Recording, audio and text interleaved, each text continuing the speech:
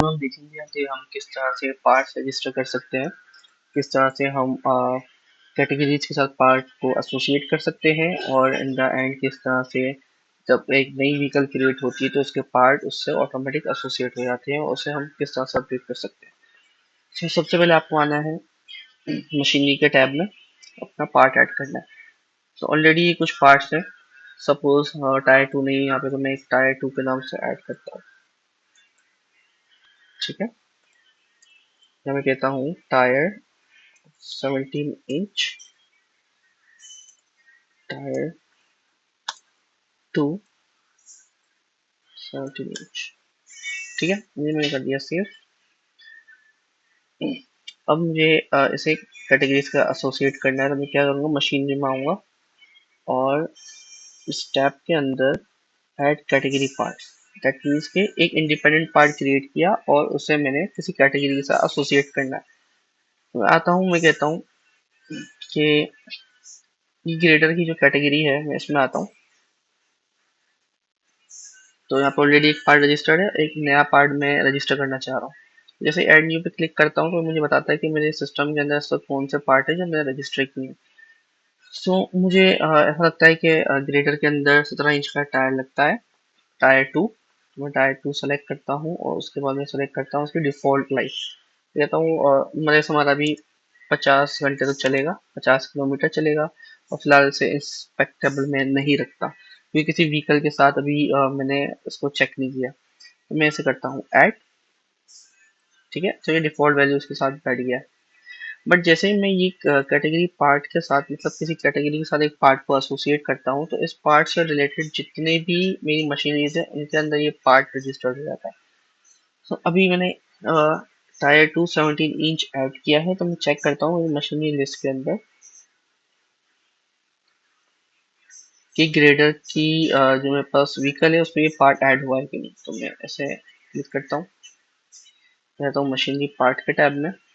तो 17 inch tyre, क्योंकि ये इस कैटेगरी के अंदर ये व्हीकल लाई करती थी तो ये ऑटोमेटिक आ गया। अब मैं क्या कर सकता हूँ, अब मैं इसकी डिफ़ॉल्ट वैल्यू हटा के कहूँगा कि ये जो कंपनी है ये है होंडा, और मॉडल है इसका 2017, और ये चलती है 500 आवर्स, 500 किलोमीटर, और उस पर इंस्पेक्शन मुझे करनी है और उसे मैं कर देता हूँ अपडेट।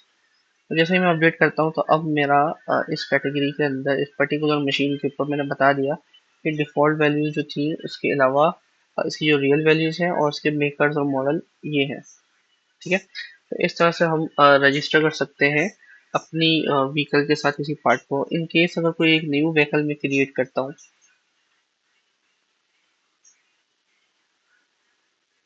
तो मैं रजिस्टर करता हूँ एक नई मशीनरी जो बिल्कुल न्यू है। मैं कहता हूँ एम,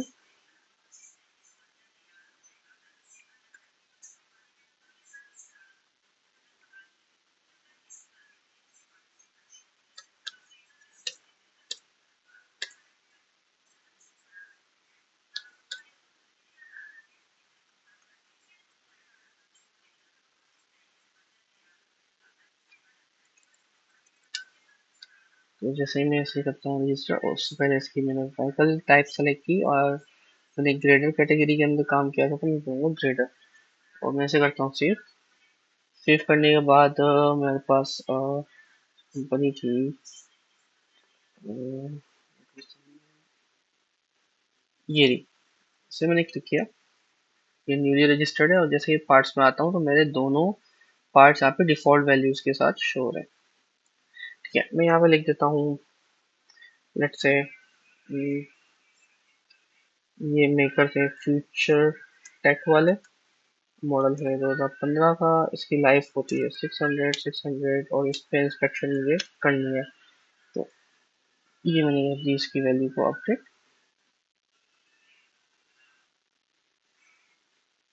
इसमें मैंने डाल दिया होंडा 2024, लेट्स से 8000 आवर्स, और मुझे इस पर इंस्पेक्शन नहीं करानी तो मैं इसे करता हूँ अपडेट। तो नाउ मेरी वैल्यू इज अपडेट।